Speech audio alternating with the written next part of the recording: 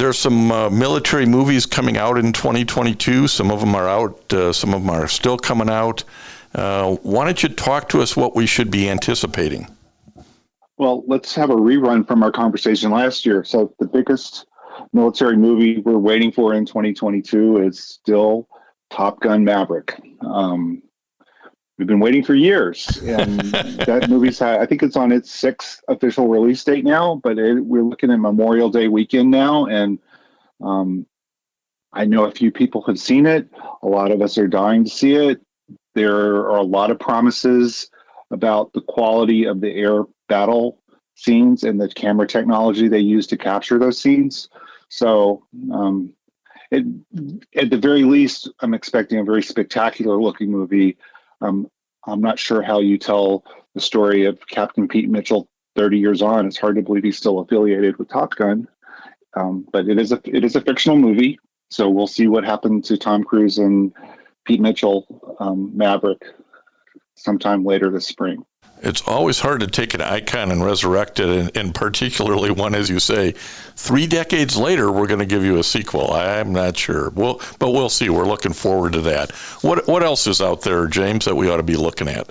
Well, I'm very excited about the director Baz Luhrmann has made a biography of Elvis Presley, who we all think of at military.com as Army veteran Elvis Presley.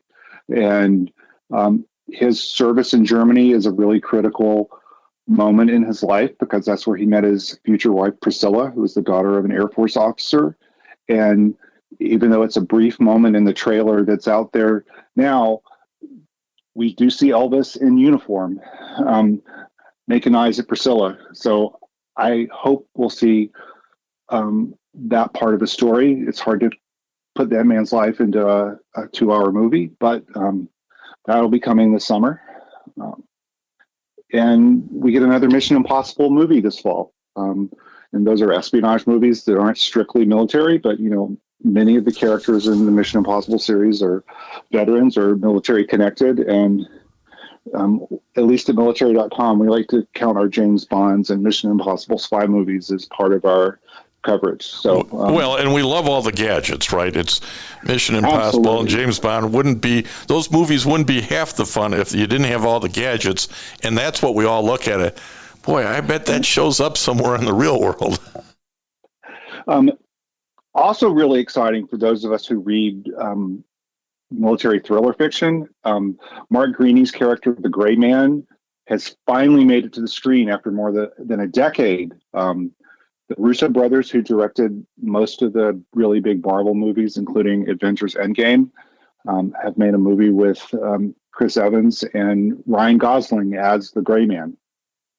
And readers of those books know that this CIA operative assassin didn't actually serve in the military. He came up through sort of a militia culture in Florida. But most of what Court Gentry, the character's name, what Court goes through, he's dealing with former SEALs, current military people, and there's a real clash between the Gray Man, the character, and the military culture that he has to deal with to do his job. And when are you expecting that out then, James? That is a Netflix movie. Netflix are notorious for not giving specific dates, but I would think it's going to be sometime this summer. To stretch it out a little bit, part of it, and it's not written about in my 12 movies to watch for, but there are a lot more military TV series, especially at Amazon Prime Video, that are making a big impact on what we cover. So there's already been the Reacher series this year based on the Jack Reacher novels at Prime Video. And then coming this summer, there's the Terminal List starring Chris Pratt, which is based on Jack Carr's novel series about former SEAL James Reese, who is a unstoppable killing machine, who's on a mission to avenge his family.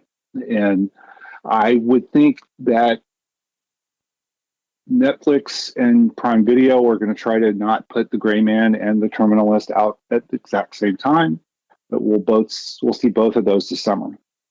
Well, we've all learned to binge watch these series over the last couple of years during the pandemic's impact on all of us. And It's also impacted sort of big budget war movies, hasn't it?